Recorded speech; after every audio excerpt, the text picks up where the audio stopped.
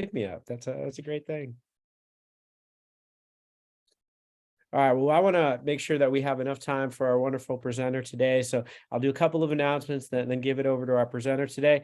I always forget to introduce myself, so I'll try to do that now. Hi, everyone. I'm Don Saucier. I'm the Faculty Associate Director of the Teaching and Learning Center. And while I think I know all of you, someone watching at home might not know who that guy talking is. So now you know. You found your way to our professional development series. We're very happy to have you. It happens at noon every Wednesday over Zoom, and we record these for asynchronous viewing. So if you watch this and see a colleague needs to see it too, go to the TLC website and you can watch after the fact. So we're really excited to have you here or here in the future when you're watching this. Next week, we have an amazing event called Principles of Biology from Studio to Online from Ava Horn. I know that there's definitely been some interest in kind of finding a way to get some of these best practices in teaching applied to STEM and lab settings. So we're very excited to have Dr. Horn come and share some of that with us. I'll remind you, if you're watching these events, you might want to be a TLC professional development certificate earner or a fellow. And my colleagues have just dropped that information into the chat, so you can click that link. You can let us know if you have any questions, but we have, just a little bit more coming up that you can kind of watch to make those things happen. So now, without further ado, I'm going to hand the floor over to Dr. Trina Knight, and they're going to talk about sexual assault and relationship violence on campus, staying informed and empowered in the classroom. Thank you so much, Dr. Knight, for being here with us. Thank you so much. Unfortunately, I'm not quite a doctor yet. Still working on it. But we just promoted you. It's all good. Yes. So hello, thank you all for being here. I really appreciate the invitation. My name is Trina Knight. I am from CARE. We are the Center for Advocacy, Response, and Education. We serve clients here on campus. We'll kind of get into who our staff is, what services we offer here in just a second. But again, I appreciate you all for being here. Just a point of note, I was a GTA for about 5.5 years. So if you are a GTA right now, I've definitely been where you're at. So I am here to provide you support from this new capacity. So I'll go ahead and get started, make sure I've got my screen shared. Can you see that okay? Not yet. Okay, let me do that. There we go. How about that? Now we're good. Great. Okay. So again, I am from CARE, Center for Response, Advocacy, and Education. First, before we get started, we always want to add a land acknowledgement. It is important to our office to acknowledge who was here first. So we are grateful that we can teach and work and educate on these grounds. So we do want to make sure that we point that out. So also before we get started, I want to release a content warning. We will be talking about sexual and relationship violence. Those are kind of difficult subjects, sexual assault, stalking, and harassment. So it's very statistically likely that yourself or somebody you know has experienced these issues, and it is completely valid to feel uncomfortable, anxious, a little bit upset. So I just encourage you to do whatever it is you need to do to take care of yourself, whether that's stepping away, leaving the discussion. I will not be offended at all. So please do take care of yourself during this conversation. If you would like to speak with a care advocate, if something just kind of feels really bad and you just need some support, we do accept walk-ins. So we're here Monday through Friday, 8 to 5. Feel free to walk in 206 Holton Hall. We have advocates on standby. We're also glad to accept emails as well as phone calls. So just wanted to point that out there, that we will be talking about some kind of difficult topics. So by all means, do what you need to do to take care of yourself. If participating online, we want this to be accessible, so feel free to have your camera on or off, whichever you prefer, whatever you're able to do kind of matches your comfort level. So with that being said, we'll go over the agenda. So first I'll talk about what CARE is. We'll discuss our staff, talk a little bit about our mission and our philosophy, as well as our service and outreaches, the scope of sexual and relationship violence, just kind of as a general broad problem, as well as the impact of sexual and relationship violence on academic performance, on everyday well-being. And then lastly, we'll just kind of conclude with some tips on how you can help, how you can be supportive and feel good going into a classroom with folks who have probably experienced these issues. So first off, what is CARE? So CARE provides services to K-State staff, faculty, students, and administrators. So we want to emphasize that really strongly. We are not here purely for students, right? So we're here if you're a staff member seeking assistance, if you're an administrator as well. So we are here to support anybody who is experiencing these issues such as sexual violence, domestic violence, dating violence, stalking, and sexual harassment on campus. So some important notes about us, all of our services are free. So if you come in, want to speak to a survivor advocate, need some help filling out some paperwork, figuring out what you need to do academically, we'll never charge you for any of that. So all of our services are free. All of our services are also voluntary. So nobody will ever make you come to the care office. We want you here because you want to visit with us. We never want it to feel forced or like you must do this. So if you decide that you want to come in and meet with us one time and not do anything further, that's totally okay. We're probably going to follow up with you just to kind of make sure you're all right, kind of remind you that, we're here for you if you'd like to come visit us again, but you'll never be forced to do so. Lastly, we are confidential. So by confidential, this means that our staff will not share any personal information about you or about the issue that you came in to see us about with anyone without your consent. So that is going to include parents, that includes police, as well as the university. I will make a little caveat. I am a little bit different in that area. I am non-confidential due to my staff status. So if a person were to disclose something to me, I would have to report, but everybody else in my care office is confidential and they will not say anything beyond these walls. So just kind of keep that in mind. That's a really important service that we provide. So just a quick introduction to our staff. So for administration, we have Steph Ferran. They're awesome. They keep us afloat. They are the assistant director for care. So they work with grants, helping to make sure we're staying on track and just providing general support to the staff. And then we have Kathy Burton. She is new to the office relatively. She came in about October. She is our survivor intake specialist. So Kathy will be the first person that a client or a survivor is probably going to interact with. So she'll be there to pick up the phone, to answer emails. If a person were to walk in, she would be the first one to greet and kind of help you get started with our process, get you checked in. Next, we have our survivor advocates. So first we have Lori Cruz, and then we have Elizabeth McCarthy, both very experienced, very skilled, and very supportive folks. So they are willing to sit down with you if you need some help with filing a report, if you need just to talk things out, just to tell your story, they're there for all of that. And then there's myself. I am the violence prevention specialist. So I am the one who's mainly in charge of outreach and education. I'll talk a little bit more about my role as we get on a little further.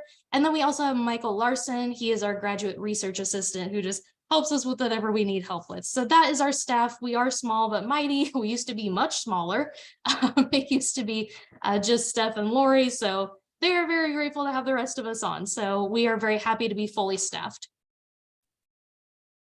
So just as a general overview of our mission and philosophy, care is a safe space for any member of the K-State community who has been affected by sexual and interpersonal violence. We've kind of talked about some of these. So domestic violence, rape, sexual assault, stalking, sexual harassment. Again, we are free, we are voluntary, and we are confidential. CARE challenges the campus community to join us in advocating for positive social change while addressing the influences and social patterns that lead to interpersonal violence and other forms of oppression. So on that note, we always abide by the mantra that we believe survivors. As the care office, as advocates, as educators, it is not our job to investigate cases or to legally determine guilt or innocence. That is for the courts. We don't do that. So we also acknowledge that the process of sharing a story, of seeking help, of seeking support is difficult and it is brave. And we want to be there to support whoever comes forward needing that in their lives.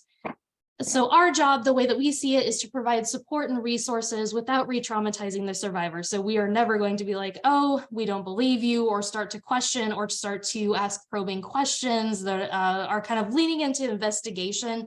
That's just not what we do here. We also want to note that despite the myths that perpetuate, only 2 to 10% of sexual assault reports are found to be false.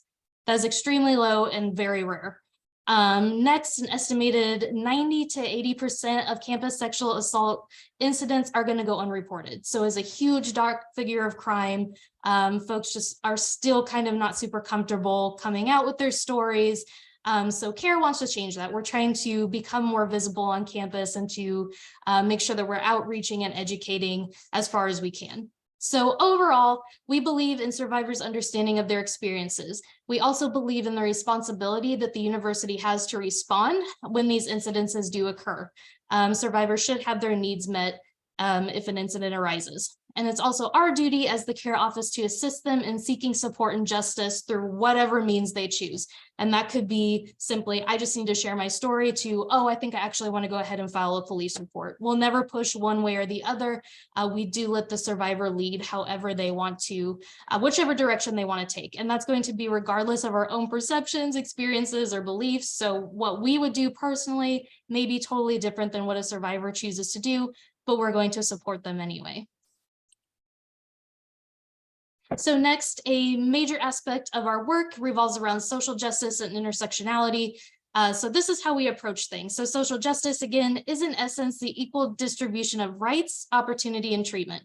So our idea at CARE is that we're trying to provide services that are going to be accessible, that are affordable, which is why we're free. We're trying to make things equitable and safe for individuals across campus, and recognizing that we are a diverse campus. So one thing we offer is translation services, for example. We don't usually have to use them very often. However, we do have them in case a non-native English speaker needs to talk with us. We do have those services because everybody should have access to support and help. We also believe in intersectionality, which recognizes that individuals are privileged or disadvantaged by the overlapping and intersecting aspects of their identities. This can include kind of the obvious ones like race, ethnicity, sex, gender. We also recognize differences in ability as well as citizenship status and religion, and how all of these axes of identity might work to influence whether or not a survivor decides to get help at all, the steps that they choose to take after that happens. So we do acknowledge how the intersections of a person's identities may shape their experiences and kind of differentiates the needs and approaches to care and support that we need to provide. So these are kind of the foundational aspects of our services at CARE. Do you have any questions on that before we move on? Any questions about our mission, philosophy, staff? Okay. So we are also trauma-informed practice, right? So we believe in the prevalence of trauma on campus, and we also believe that trauma is pervasive in students' lives and in their overall well-being. So for example, SAMHSA describes the following as 6 core principles of trauma-informed care. And I'll talk a little bit about how CARE tries to address each of these things. So safety, we try to provide a space that is safe and that is welcoming. So, if somebody comes in and they just want to sit down, we have a pretty comfy couch. We have a friendly face through Kathy. We provide coffee, tea, little snacks. So we try to provide a space that is open and welcoming to those who are entering. So it's not just cold and isolating feeling. So we also obviously abide by trust and transparency. So we're trying to be as clear as we can about the policies and procedures that we have. Like, for example, when I am giving a presentation, I always have to state my reporter status versus the rest of the CARE office. So we try to really build trust and transparency that way. We also try to work on peer support. So sexual violence and relationships violence prevention is on all of us, right? It's not just the CARE office. Is not just on women or people who are more likely to be victimized. It takes the whole campus to make a change. So one of the main things that we do, and I'll talk about it a little bit more in detail later, is we try to do more on campus outreach. So we're sitting at tables in the union. We have a bystander intervention program that all first-year fraternity men have to go through. So trying to do outreach, trying to make ourselves more visible. Next, we do collaboration. CARE can't do this on its own. So we try to engage in campus-wide initiatives and partnerships. For example, we have a bunch of folks who are involved in what we're calling the culture of respect, which is trying to make sure that K-State as a university is doing its best for survivors, trying to make sure that we're providing enough support for survivors, that we are getting out there, that we're collaborating, that we're educating, that all faculty and staff are aware of their reporter status. So things like that. Empowerment's a big one. So again, regardless of our own experiences, thoughts, and beliefs, we let the survivor let us know what they want to do. So again, that could be as simple as, I just want to tell my story today, to I want to file a police report. So we make sure that we let clients lead and provide tools and support rather than trying to tell them what to do or demanding that they take a next step. Lastly, of course, we embrace cultural competency and reflexivity. We can't be everything to everyone, right? We can do our best to understand, but we all have oppressions and privileges. that are a little bit different. So we do recognize and address our own personal biases as well as our limitations. So we always continue to engage in ongoing trainings and ongoing education. If there's something we're not sure of that we can handle, we're open about that. We don't try to take on more than we can chew. So we do abide by all of those principles in our office. Another thing that we like to emphasize and talk about is why we use the term survivor over victim. I will preface this by saying if somebody has experienced sexual or relationship violence and they prefer the term victim over survivor, that is okay. There is nothing wrong with that. But the reason we use the term survivor in care is that we do recognize this as a traumatic experience. It's life-altering, it's life-changing. So we want to really acknowledge that aspect of violence, as well as the bravery and empowerment and resilience of those that we're serving. So that's why we use that terminology, and I will be using that kind of throughout the presentation. So now that we've gone over our philosophy, our mission, and our goals, this is a little bit about what we provide. So we provide a lot. So some of it can just be purely emotional support. If a person wants to come in and share their story, just to have somebody there to listen. If somebody's seeking legal assistance, we can help along those lines. We can help to file protection orders. We work with safety planning. So one of the main things that we do right as they come in is ask, are you safe at home? Are you safe in your classroom? Are you safe in your dorms? So we want to make sure that once that survivor leaves our office, they are going someplace safe. Next, we also provide mental health assistance. So through the Victims of Crime Act, through which our office is funded, we have what's called a healing fund. And basically, if somebody is eligible, a survivor can get up to, I think, $600 worth of funds to pay for therapy. So that's really cool, and we definitely want to keep that up. Of course, we deal with crisis intervention. Again, we're kind of making sure, are you safe to go home? Are you safe to walk? Are you feeling mentally well? So we're intervening in that way. We also provide academic support, because if you're experiencing sexual or relationship violence, you're probably not going to be doing so well in the classroom. You might be missing assignments, you might be really late, you might not feel comfortable going to campus, having a hard time interacting with other students. So we do provide support there and work with other areas on campus to make sure that those students' needs are being met. And then case updates. So if a student decides, oh, I do want to go to court, actually, we try to make sure that we're working with other agencies in town, that they are getting updates on their case, because sometimes survivors are going to fall through the cracks. Unfortunately, the criminal justice system is not survivor oriented. So we want to make sure that we're changing that and make sure that they know what's coming next. We also provide referrals, of course, so if there's anything that we can't handle or we feel like they need some further assistance, we'll refer out. Policy and resource education, again, that's kind of my area, making sure we're getting out there, providing outreach, talking with student groups, sitting at a booth in the union. Court accompaniment, so sometimes if a person decides they want to go through the legal system, they might not be super comfortable going to court by themselves, and our advocates are glad to go with them. So that's the service we provide. And then we help to file protection orders and police reports for the courts if they want to take that direction. So as you can see, it's kind of a really big range of services that we provide. Does anybody have any questions on any of those? Okay.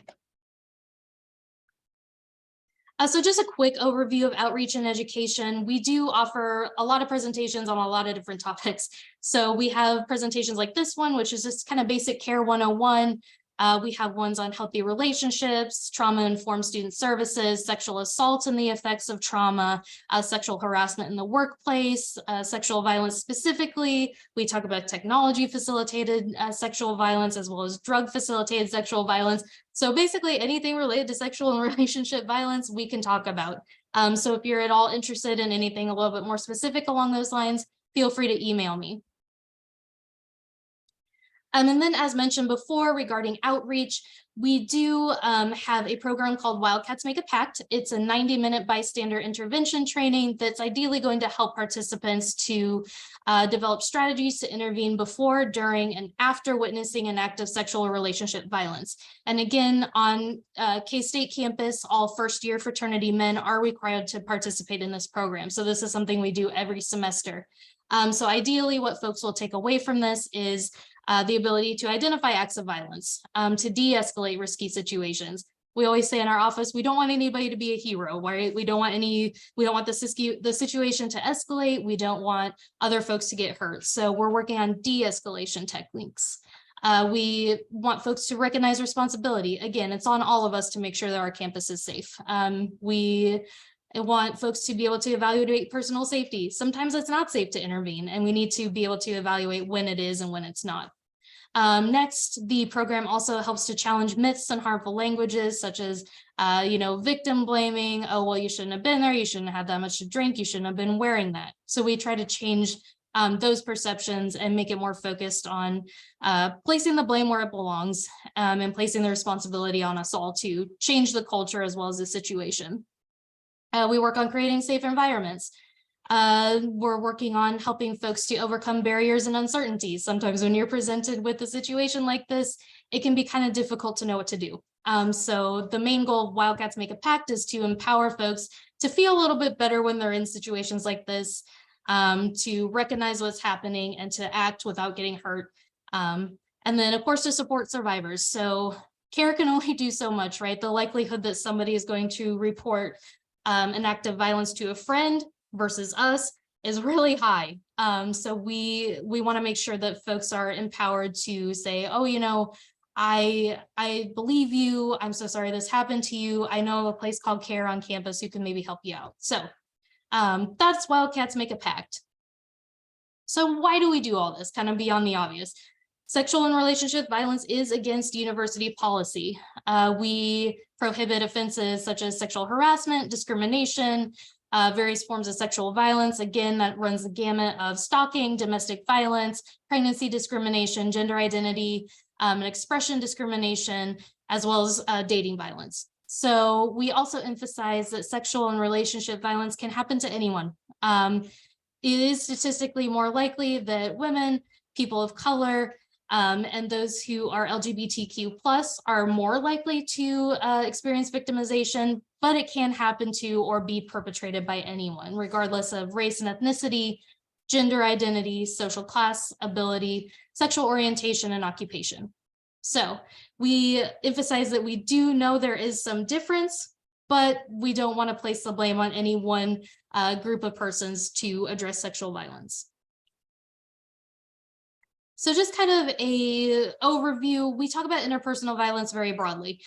For us, it is an umbrella term that encompasses a broad spectrum of violent acts. So this can include domestic violence, sexual violence, specifically stalking, child abuse, and intimate partner violence.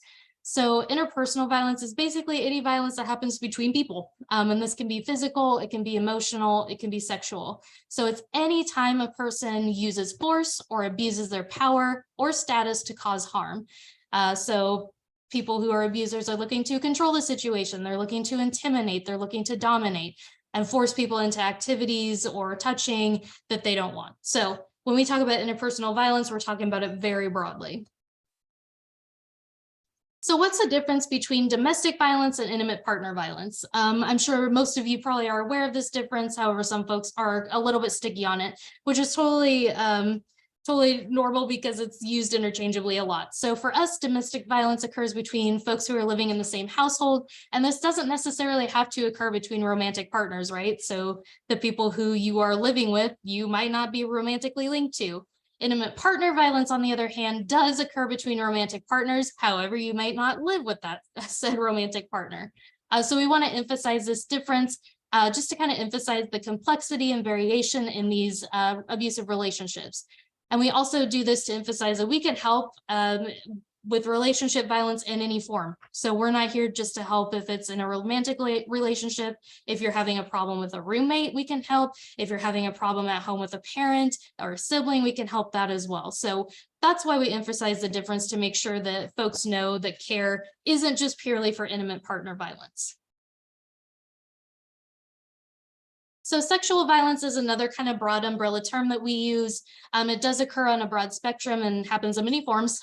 So it can be anything from sexual harassment to sexual assault. sex trafficking and exploitation, rape, child sexual abuse. So again, this kind of runs the gamut. It's an overarching conceptual term, but when we start speaking legally, that's when we start getting into specifics, right? Because the charges are going to be a little bit different. So when we speak about sexual violence for care, we are talking broadly in this manner. So it's any time a sexual act is imposed upon a person through deception, force, intimidation, or coercion without their permission or without their consent. So getting into more specifics, one of the biggest issues that we see on campus is regarding harassment and stalking. So these are forms of intimate partner violence, interpersonal violence. They may or may not be physical in nature. So the perpetrator and the victim may never meet in space and time ever, and they may or may not be sexual in nature. So harassment can occur again in many forms. So doxing or publicly sharing personal information. This happens a lot for folks online. So for example, somebody might get into an argument over a video game and then they decide that they're going to share this person's address, email address, phone number, and then everybody kind of gang piles on them. So that's what doxing is. It's becoming more common. Harassment can also include inappropriate jokes, humiliation, privately or publicly, unwanted touching or comments. This can happen in the workplace, in the classroom. Unwanted and frequent communication. So people are just blowing up your phone, sending you too many text messages, spreading lies and making hateful statements that they know are not true, just to tarnish that person's reputation. Stalking, kind of similar, but also a little bit different. It is unwanted communication that is excessive. It is persistent. So this can, again, may never meet in space and time. This can totally take place online or via a phone, or it can take place in person. So stalking also includes threatening actions or messages, using technologies to track or spy. We'll talk a little bit about how that's increasing exponentially, and even something along the lines of sending unwanted gifts. So like yesterday was Valentine's Day, perhaps, I'm sure somebody somewhere sent somebody flowers that they did not want. So that happens pretty frequently too. So even though instances of stalking and harassment aren't necessarily physical, that doesn't mean that they're not traumatic. They are still meant to instill terror, distress, and trauma for folks who are experiencing that. So it's also important to note that as the severity and frequency of stalking increases, the likelihood that that encounter will become a physical confrontation and may turn out deadly increases exponentially. So that's why it's really important that we're kind of paying attention to these things. It might seem kind of mundane, maybe a little bit harmless at the time, but have the potential to explode into something much worse. Any questions so far? Okay. So why does it happen? So for care, we always emphasize the role of power in relationships, because the main myth that kind of perpetuates itself is that sexual and relationship violence is all about sex. It's all about passion. It's all about love. We argue that instead, violence stems from an abuser's need to exert power and to maintain control over situations and relationships. It's got nothing to do with sex. It's got nothing to do with passion. So we define power as the ability of an individual to influence the actions and perceptions of others.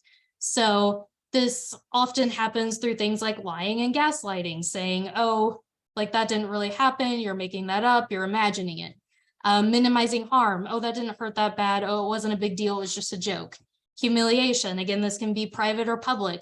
Isolation. So cutting folks off from their families, from their friends, making it so you're always watching text messages, always checking your phone. Threatening loved ones and pets. That's a really big reason folks often don't leave abusive relationships, because they don't want to leave their pet. I think that we can all understand that. Threatening self-harm. So something along the lines of, oh, well, if you decide that you leave me, I am going to commit suicide. I am going to cut myself. I'm going to hurt myself. Very common tactic. Showing weapons, saying like, I can use this if I want to. So, displaying guns out there, setting knives everywhere, destroying property. So busting in walls, smashing TVs, again, hurting pets, stalking and harassment. Again, we know this escalates. So it starts off as, oh, well, he's kind of been following me for a while, but it's not that big of a deal. So next thing you know, he's standing at your front door.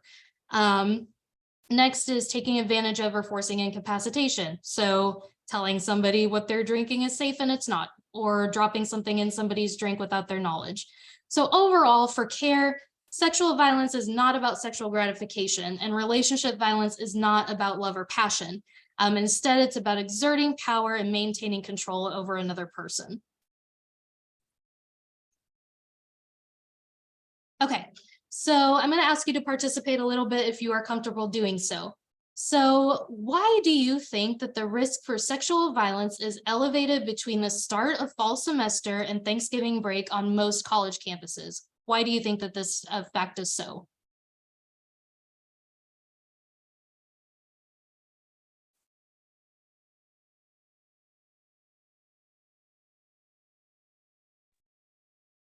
Would it have to be with just the fact that students are getting, or people are getting more comfortable with one another, and they're getting to know each other better, or interacting more frequently? Sure, yeah, that's a good one. So more frequent interactions, people are trying to find friends. Anybody else have anything they want to add on to there?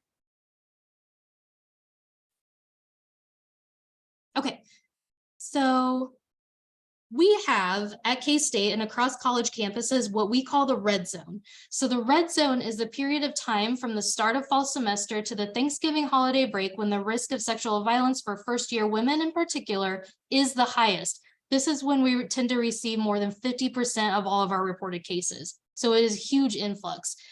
We say that this time is particularly risky exactly for the reasons that were said. So folks who are new to campus are probably away from home for the first time. So we can all kind of remember those days, right? We're free of our parents. We can go to bed whenever we want. We can go wherever we want at any time. So we're away from home for the first time without that support. We're seeking friends and social activities.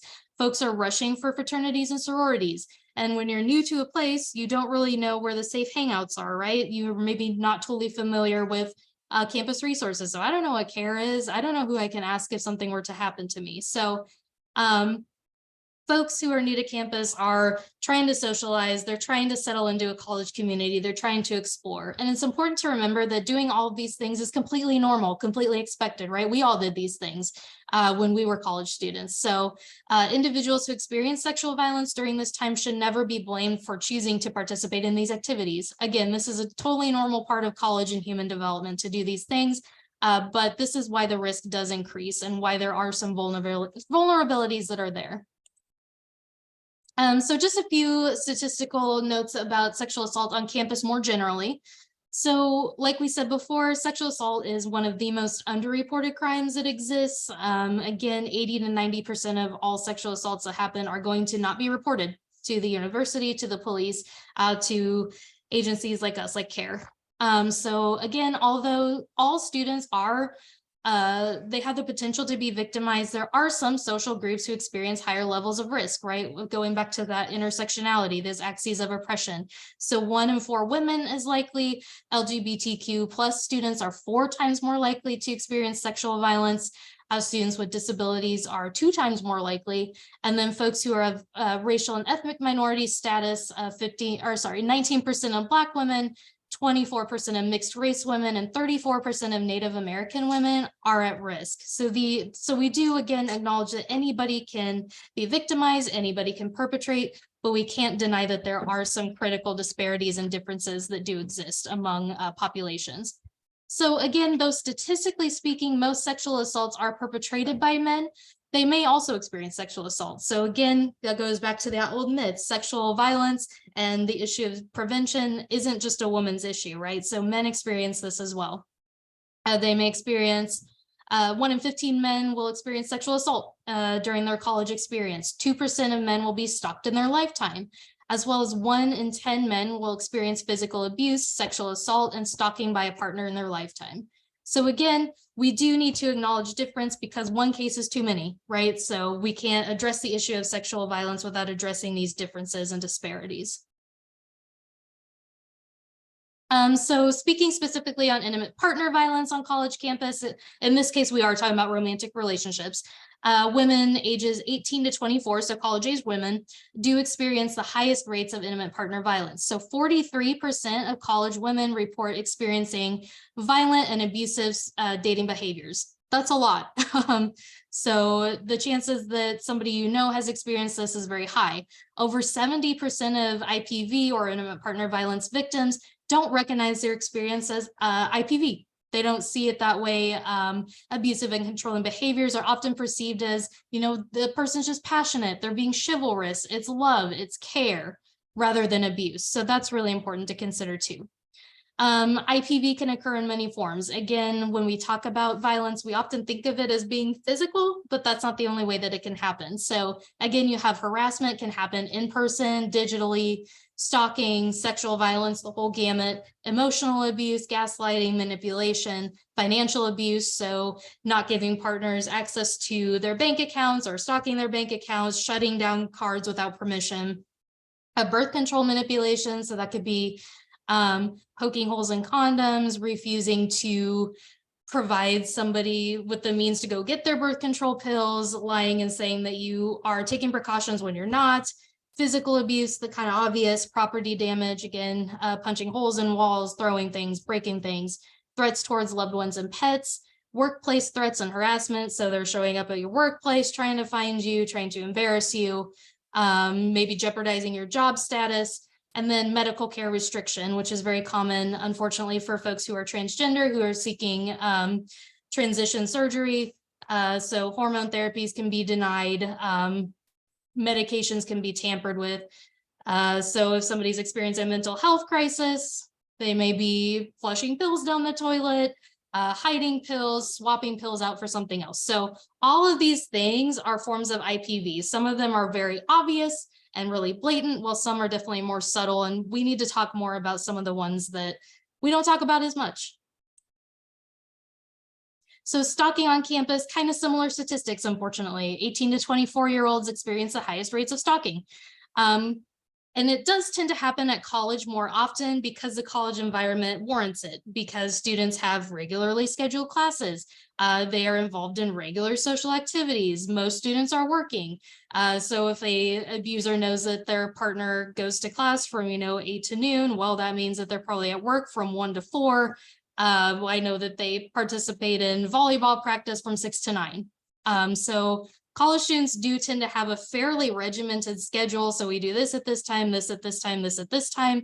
So it is just easier for abusers or those who are wanting to stalk to figure those things out. And again, goes back to the issue of the red zone. They're away from their families. They're trying to find friends. They're trying to find safe places to hang out.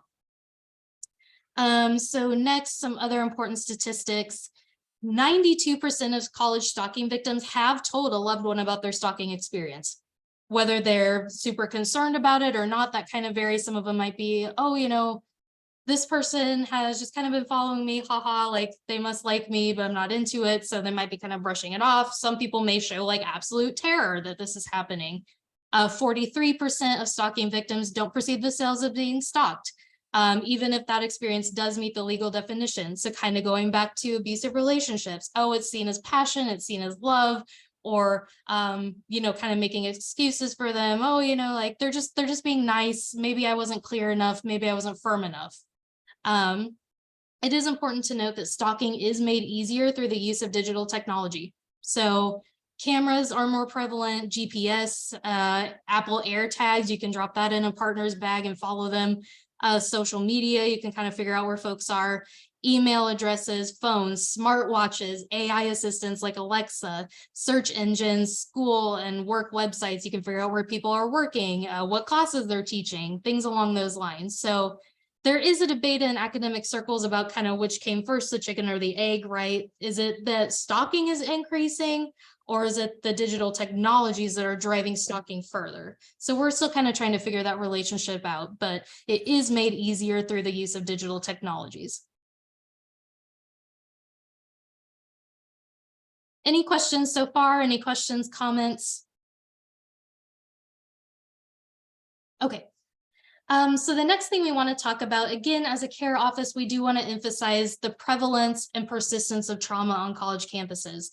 Trauma, again, is an ongoing emotional response to a series of, or just an individual life-threatening event. So this can include crime and victimization, exposure, kind of like we're talking about here today, It can include car accidents, plane crashes, illnesses, natural disaster, combat, grief, loss, some systemic traumas like sexism, misogyny, racism, anti-LGBT acts. So trauma is very big, right? Most of you are aware of that, so I don't think I need to explain it.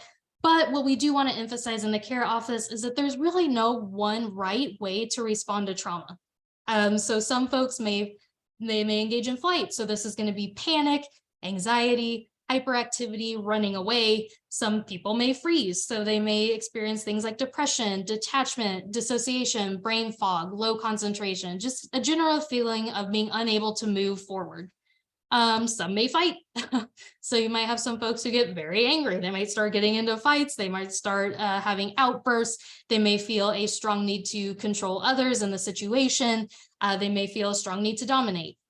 You have other folks who may fawn. So this is going to be appeasement. It's going to be passivity, like, oh, it's okay. I'll just kind of go along with whatever they want. It could be reflected in codependence on a partner, feeling unable to separate themselves from the person that they're safe with, that they feel good with. And again, appeasement. So instead of confronting the abuser, they're just kind of going along with things, trying to prevent an explosion from happening. So we just want to emphasize as a care office that we do recognize trauma as prevalent and pervasive, and that there is no one right way to respond to trauma. So all of these are totally normal and completely okay. So when you come to visit a survivor advocate, they'll kind of work with you to discuss these things and maybe figure out how to kind of move past that wherever you're at in the process. And it is, of course, possible that you might start at freeze and end at fawn, or start at fawn and end at fight. So this is going to occur on a spectrum. So some of the effects of trauma for college students, again, we do acknowledge sexual and relationship violence as being life-altering, right? It's going to change your life and the way that you perceive the world, how you engage with other people.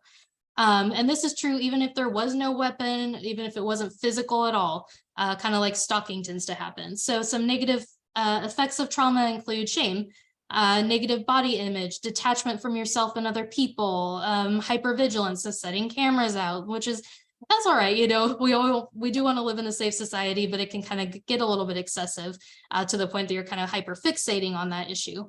Loss of trust, folks can experience unwanted pregnancies and STIs. Panic and anxiety may increase their abuse of substances, so alcohol and drugs. Sleep disturbances, can't fall asleep, can't stay asleep, can't stay awake. Flashbacks or reliving the trauma kind of over and over to a point that it becomes very distressing.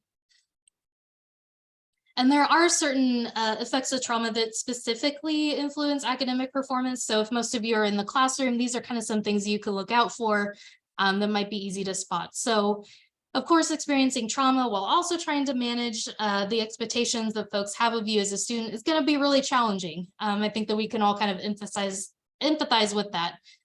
So it can affect poor concentration. So no longer able to pay attention, no longer able to get through assignments, increased anxiety, so super nervous all the time.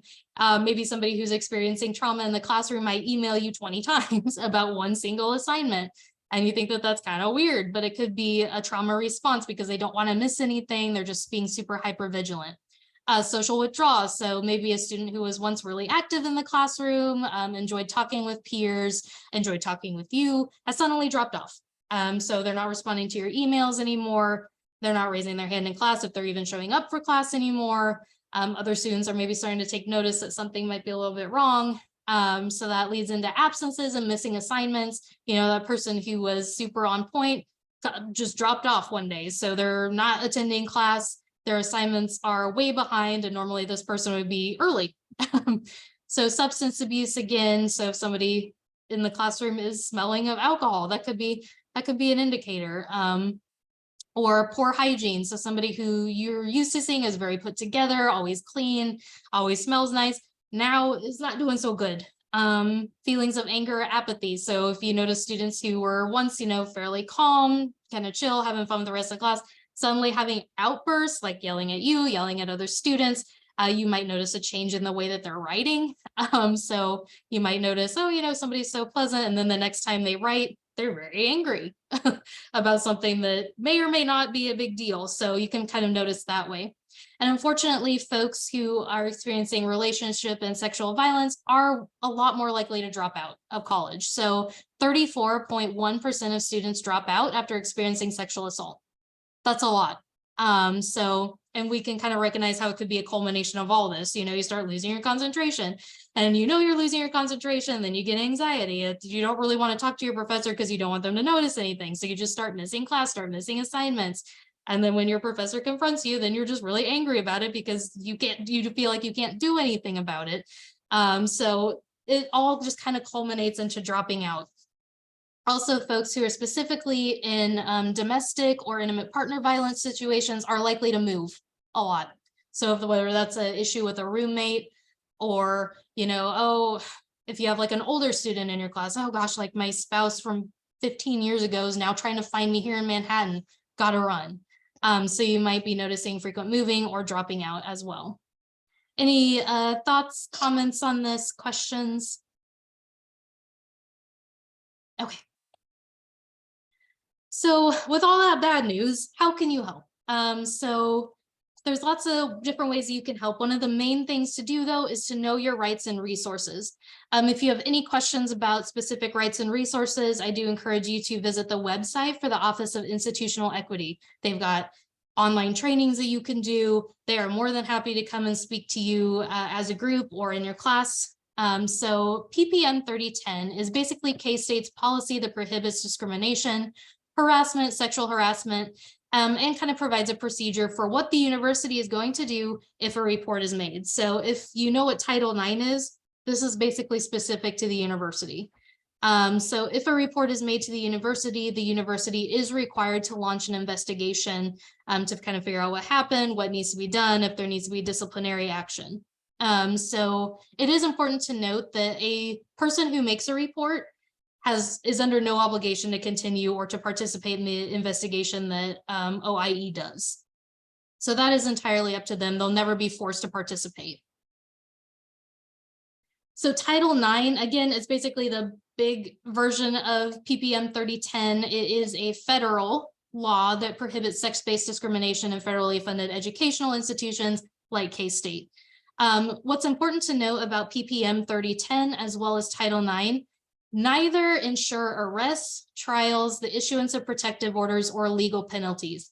These procedures are completely separate from legal proceedings. So a student may decline to participate in the university's investigation, but they want to go ahead and contact the police. That'll be an entirely different thing. So just kind of keep that in mind. So if you ever need to file a Title IX report or to point a student towards the right resources, you can contact the Office of Institutional Equity. They're very friendly folks. They really care about students and want to be a support to students and to yourselves as students and instructors. You can visit them in Kedzie Hall. They just moved. There's an email here. We have Justin Frederick, very friendly, very, very knowledgeable on all of these processes. So they are available and open to you. They want to help. They want the campus to be safe. They want to support students however possible. So there is also a way to file an online incident report on their website too. So if you don't necessarily want to go in or call, there is a way to go through that online. Another key thing to mention about K-State is that we have specific rules about basically who, if a story was told to somebody, would they have to report to OIE or not. If you're not sure if you are, we'll call it a mandatory reporter. I think most people are kind of more familiar with that term. Here we call them responsible parties, but it's a little weird. So if you are not sure if you're a mandatory reporter or not, you can pretty much assume so. And that's kind of frustrating because those who are experiencing sexual and relationship violence they're going to seek you out. They trust you as instructors. They trust you as staff and faculty. So they're seeking out trustworthy campus sources. However, we do have to make note that there are some variations in the ability of faculty and staff to maintain confidentiality. So we do have some confidential sources. So confidential meaning that staff members who fall under this category are not required to report what was shared by the student to the university. So This includes K-State Counseling and Psychological Services, K-State Family Center, and the Center for Advocacy, Response, and Education, which is us, CARE. Again, like I mentioned at the start, I am excluded from that. So I am a non-confidential source, a mandatory reporter, but the rest of the staff in here is confidential. The student ombudsperson also is confidential, as well as Lafine health providers who are of course bound by HIPAA. So it's a short but mighty list. There is one caveat to this. So the only time that a confidential source would need to make a report is if something were reported regarding child or elder abuse, or if there is an imminent threat to another individual or to the campus at large. So there is a little caveat to that, but for the most part, anything shared with the parties there on the left-hand side, they will not say anything to law enforcement, they will not say anything to the university, and the Office of Institutional Equity does not have to get involved. So if you're all unsure of where you fall on this part, I would recommend talking to your supervisor. And as grad students, I know for my department, I was not told. We just didn't really talk about this. So that might be something to bring up with departments if this sort of information is not being shared.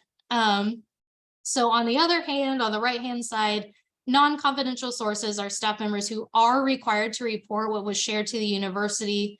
They're not required to report to law enforcement, though. Again, totally different processes. But if a student were to share a story about something that happened to them, they are required to report that over to OIE.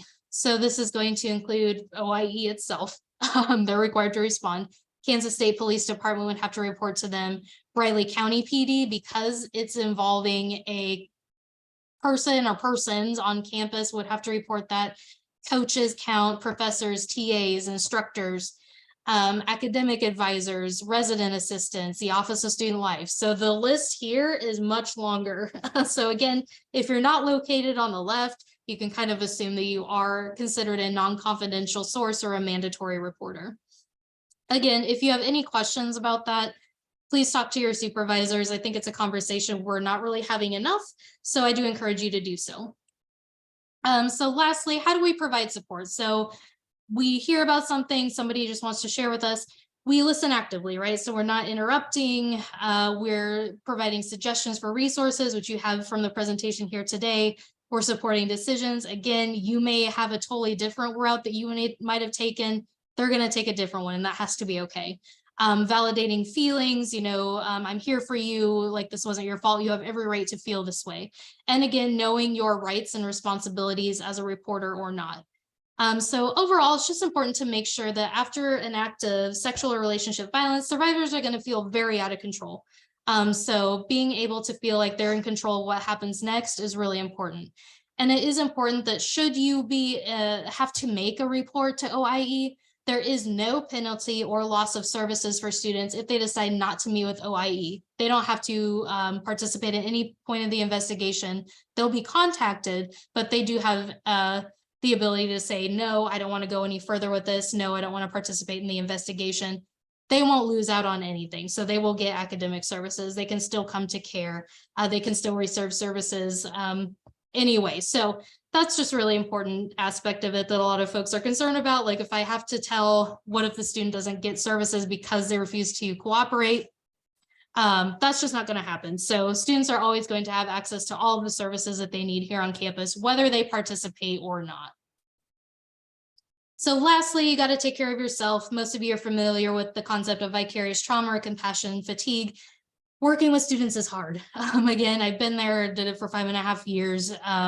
Students tell a lot of stories. Students are experiencing a lot of trauma. So some of the effects on yourself might be sleep disturbances, anger, irritation. You might start to see your work or school performance slip, intrusive thoughts. So you're just sitting there eating dinner, but now you're thinking about that student when you really should try to maintain your own well-being. You might feel lethargic all the time just because all of this is occupying your mind so much. So at CARE, we do emphasize that self-care is necessary to providing support for survivors and for maintaining your own health and well-being. So we never want you to lose that in support of survivors, because if you're not taking care of yourself, people are going to fall through the cracks and you're going to go down with them. We don't want that at all. So caring for yourself is important as well.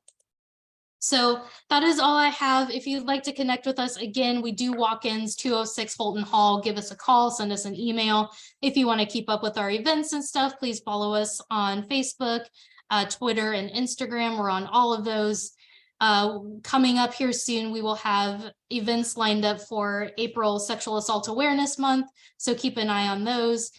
You'll probably see some of the events listed in K-State today. So please do keep up with us if you are interested. But that is all I have. CARE thanks you on behalf of the organization. We appreciate the invitation to be here today, and we just want you to know that we're here to support you as instructors, as students, as faculty, and as staff. So that is all I have.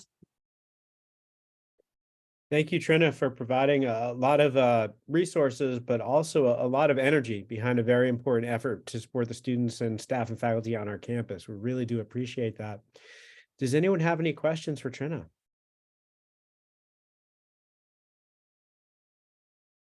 Got one question that I'd like to ask. Trina, what is your suggestion for faculty members or any classroom instructor following up with a student that you're aware of that has been involved in sexual assault? For instance, I had a student that confided in me last fall. I haven't heard from that student since. Is that something I should do, or is that kind of re-traumatizing? That is an excellent question and a really difficult one to deal with. Me personally, giving my advice would be to just let it be. That can be really hard. But again, we do want survivors to feel in control of whatever their next steps are in the process. And if they want to contact you, they will. But yeah, I would say just kind of let it be for now. I'm sure that you provided everything that you could. Again, like as instructors, we want to do the best we can, but we do have our own limitations. So that can be really difficult. But yeah, does anybody else want to chime in, provide any advice on what they think on that topic?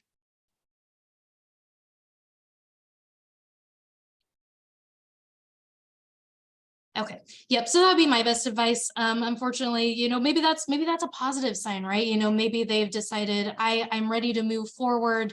I'm ready to kind of start moving on with my life. So their silence might not necessarily be like they're in a bad place, right? So that could be a good sign or a bad sign. But I would just let them lead on that. Thank you. A commenter in the chat added that in their case, their advisors asked them to send the student to them. Mm-hmm. And I think one of the things that I try to do is I try to let the people who know how to deal with the situation deal with the situation, and I see my role as making that connection. So I think it's I mean, and I'm a psychologist, but I'm not that kind of psychologist. So I think it's important that sometimes we understand our limitations and don't exacerbate an issue. Yes, I would agree. Sometimes as instructors and TAs, the only and best thing we can do is to point them in the right direction. There's not much we're not counselors, right? We're not necessarily trained as therapists. We're not trained police officers. We're not lawyers. So that can be really difficult, figuring out our place in this process. And sometimes that place is to just kind of refer them on if we think that would be best. Thank you. Well, we are about at time. So I want to remind you, I'll have a post-event survey available for y'all to complete. I'll remind you again that we have Teaching and Learning Center professional development certificates, and you're able to be recognized as a fellow as part of our office as well. Next week, we have Dr. Ava Horn presenting on the principles of biology from studio to online.